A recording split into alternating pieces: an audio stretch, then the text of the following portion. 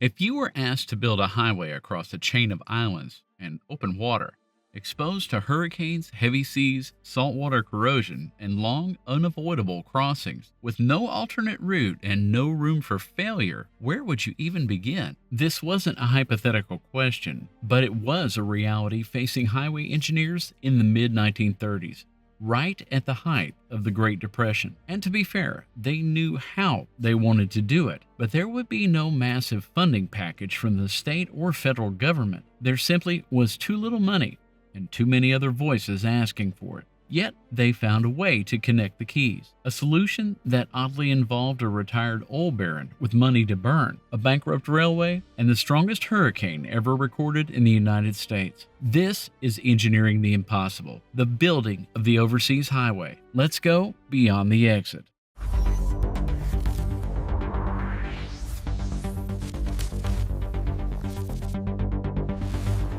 Welcome to Beyond the Exit, the place where we love telling stories of the roads that move us. My name is Scott, and I'll be your host. What we're looking at today should not exist at all. A continuous highway crosses more than 100 miles of open water and low-lying islands, in an environment defined by hurricanes, saltwater corrosion, and moving seas. In the way highways normally rely on it, there's no solid ground and no alternate route if something goes wrong. That's because this road doesn't sit beside the ocean, it lives in it. And from the beginning, nothing about building here followed standard highway logic. To understand how this road came to be and why it still works today, we have to journey back to a time where there were no roads here at all.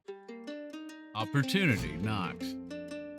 In the early 19th century, the Florida Keys were, to put it plainly, kind of a mess. They were little more than low, rocky islands, with limited fresh water and few natural advantages for large settlements. For years, they had served as hideouts for pirates and smugglers, with only a sparse population. Yet at the far end of that chain sat a city that, by the late 19th century, had become the largest in all of Florida, Key West. You see, a large portion of the cigar industry had relocated here from Cuba. The city's deep, protected harbor supported trade, customs operations, naval activity, and created a strategic and unusually active port. What it still lacked was a reliable connection to the rest of the state.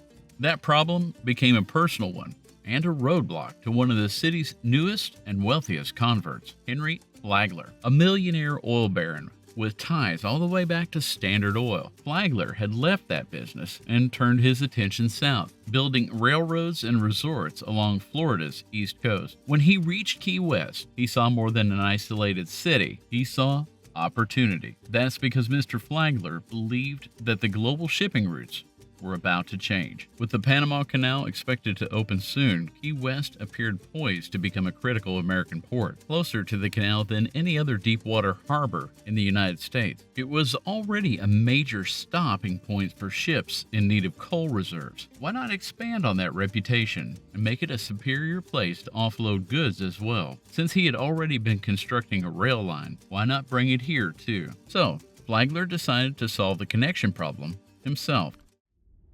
Flagler's Folly. So in 1905, Henry Flagler put all his weight and his wealth into connecting the Keys via railroad. He committed enormous personal wealth, manpower, and material to extend the Florida East Coast Railway across open water and fragile islands. Miles of bridges and embankments were built directly into the sea. It was a project that many felt bordered on the unreasonable. But Flagler wasn't just building a railroad.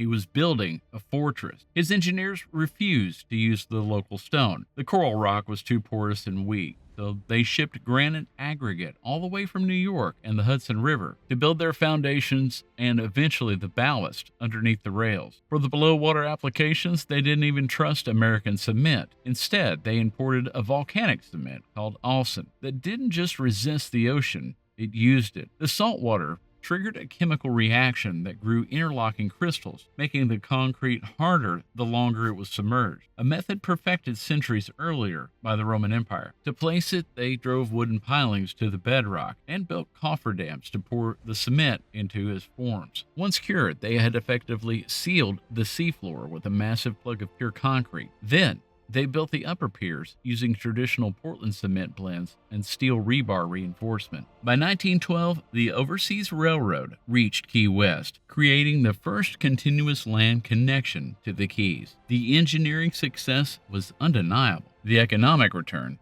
was not. Most of that centered on a change in steamship technology. Ships using coal could often hold only enough reserve to travel 2,000 to 4,000 miles, making a stop at Key West a strategic one, kind of like a proverbial last gas station before heading all the way around South America. That all changed with two things. The first, ironically, was in oil, the very thing Henry Flagler had made his fortune in. It was far more energy dense and required less ship capacity, extending range 2 to 3 times beyond that of coal for your average steamer. That extended capacity was the second failure for Key West, as ships no longer needed to stop off for a refuel, looking for ports closer to their destinations. So the traffic Flagler anticipated never fully materialized. Since ships began bypassing Key West altogether, Key West Harbor being used as a material hub never developed either. That left the railroad in an awkward spot, having to lean into its only remaining options: tourists and freight support to the Keys themselves. Flagler died in 1913. Never seeing his vision for Key West come to pass, the railroads struggled for several years.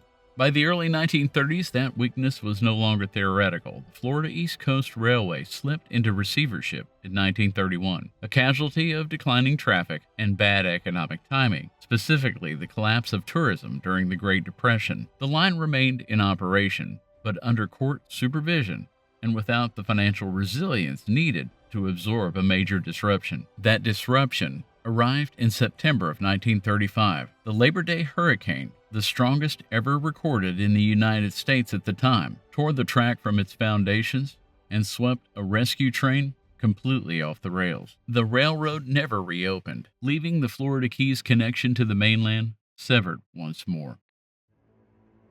A very different connection.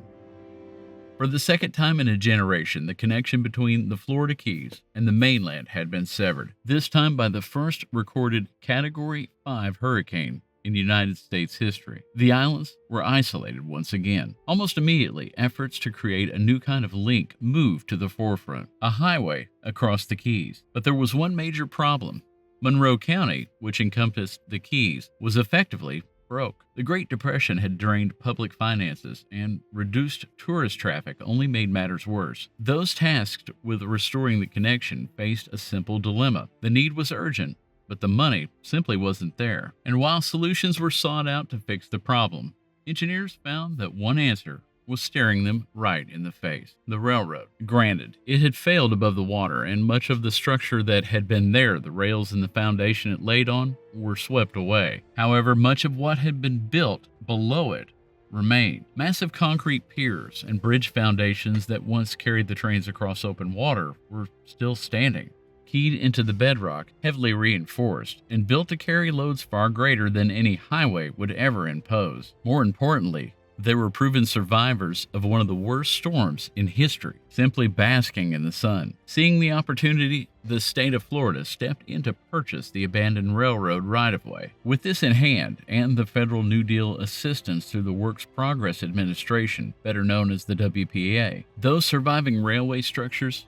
had just found a new life. The spans were narrow, rigid, and laid out according to railroad geometry, not highway standards, so reusing them meant accepting constraints that highway engineers would normally avoid. However, without the additional construction funding, what were they to do? They had inherited a blessing in disguise, and that inheritance shaped every decision that followed. Work with what you have. As engineers began to look over what they had inherited as their new roadway foundation, something became clear right away. What survived the hurricane were not fragments or ruins, but major railroad structures built to withstand the open water. And while they were not what they would have designed, highway engineers actually found them very useful and quite daunting. When creating the railroad, Flagler's engineers used methodologies based directly on their location, one that spanned over 113 miles. Across the Middle Keys, long concrete viaducts stretched for miles between the islands, most notably across Long Key and Long Island. Farther west stood the amazing 7-mile bridge, one of the longest ever constructed over open water. It joined Knight's Key to Little Duck Key in a single uninterrupted run. Its length and open channel clearances reflected the original navigation requirements imposed when the railroad was built. At Bahia Honda, the railroad crossed the channel on a steel truss-through bridge, an imposing structure designed for trains moving inside its frame. It was extremely narrow by highway standards, but structurally sound and capable of reuse. Taken together, they were all overbuilt, durable, and already owned by the state. However, rail bridges are built for weight, not width. Highways demand space, multiple lanes, lateral clearance, and room for vehicles that do not move in a single line. Since the foundations could not be widened, the roadway had to be. Engineers installed transverse steel I-beams across the tops of the railroad decks and poured concrete platforms on top of those, effectively cantilevering the highway outward over the original structures. At Bahia Honda, even that approach wasn't enough. Cars could not fit through the inside of the narrow truss, so the roadway was just built on top of it instead, lifting traffic high above the water, 60-plus feet to be exact. And what started to come together was not ideal highway design, but adaptation, using strong foundations built for one purpose, and forcing them carefully and repeatedly to serve another. The magic carpet. When the highway finally opened to traffic in 1938, it wasn't just a road, it was a revelation. So much so, they called it the magic carpet. Suddenly, Americans were doing something they felt physically impossible, driving their own cars, sometimes 65 feet above the ocean, with nothing but a steering wheel between them and the horizon. It was an instant sensation, but it was also a white-knuckled experience. Remember, these bridges were based on railroad widths, not highway standards, and while they had been widened, the lanes were terrifyingly narrow, often just barely wide enough for two cars to pass. And of course, on the Bahia Honda Bridge, drivers were forced up and over the original steel truss, driving that narrow strip of pavement with steeper drops on each side. It was less like a highway and more like a roller coaster. Yet, despite that fear, the traffic exploded. Following World War II, the Overseas Highway became the artery that turned the Keys from a remote outpost into a booming tourist paradise. It even had a cameo in the hit movie Key Largo, showing Humphrey Bogart's famous entrance to the film. And for 2 decades, this road was the king of the American coast, a triumph of adaptation that seemed like it would last forever. But while the tourists that drove it enjoyed the views, the engineers that built it were watching their clocks. The ticking time bomb. Building a highway across the Florida Keys was never just a matter of placing concrete and steel. Nothing here behaves like on solid land. The islands are made out of porous limestone and coral, and the channels between them move enormous volumes of water every day. Tides accelerate around bridge piers, scouring the seabed and constantly reshaping the ground beneath the road, and the air itself is part of the problem. Salt water doesn't just touch these structures, it lives in them. Fine salt spray coats steel and concrete. It settles into cracks, joints, and reinforcements, where corrosion begins long before damage is visible from the surface. And unfortunately, it's not an intermittent exposure, it's continuous. That reality shaped how the highway was built and how it would be maintained. Maintenance here was a never-ending cycle, with crews truly taking on the sea at every step. For decades, the Overseas Highway survived through constant tension rather than inherent strength, held together by tight maintenance schedules that would slow deterioration but never eliminate the compromises built into its design. The highway also did not weaken evenly, as long spans across open water absorbed the full force of the wind and waves, while channel crossings and causeways suffered erosion, scour, and storm damage in different rates. The Overseas Highway also has a very important other role for the Keys. It's the one and only evacuation lifeline. That reality came into sharp focus at the 7-mile bridge. In 1960, the bridge was struck by Hurricane Donna, and after the inspections, the highway engineers determined that the bridge likely would not survive another one of that force. That realization began a chain of events that would admit a stark reality. A road that was supposed to survive here into the future could not keep relying on the weakened foundations of the past. A new era rising from the water. The modern overseas highway did not appear all at once. The transition began in 1972 with the replacement of the Bahia Honda Bridge. That early success set the stage for a much larger effort. Between 1978 and 1983, the focus shifted to the highway's largest and most critical crossings. Long Key became the proving ground for precast segmental construction. Channel 5 followed. And finally, the biggest project of them all, the 7-mile bridge. It emerged as the centerpiece of the entire program, using a technique that was first tried in Europe to quickly replace bridge infrastructure after World War II. The bridge was assembled from precast, pre-stressed concrete segments, cast off-site to exacting tolerances. Each segment was match cast against the next one, creating faces that fit together precisely without conventional expansion joints. Once cured, the segments were floated to the site by barge, lifted into position by overhead gantry cranes, and post-tensioned together with internal steel tendons. That tension compressed the entire span into a single continuous structure, strong enough to carry heavy traffic while resisting wind, waves, and salt exposure in the open water. This era closed with the Niles Channel, completing the backbone of the modern route. In total, more than 30 bridges were replaced during this period, many built concurrently, each opening only after completion, but more importantly, never interrupting the traffic flow of the Keys. What looks like a single road today is the result of a carefully staged engineering program carried out over more than a decade. You may also be asking what happened to the old bridges. Well, the original bridges weren't demolished. In fact, many were preserved after the modern highway opened. They're protected by a historic designation and left standing alongside their replacements. Some were converted into fishing piers and pedestrian paths, while some are still disconnected and allowed to weather in place. Today, the overseas highway is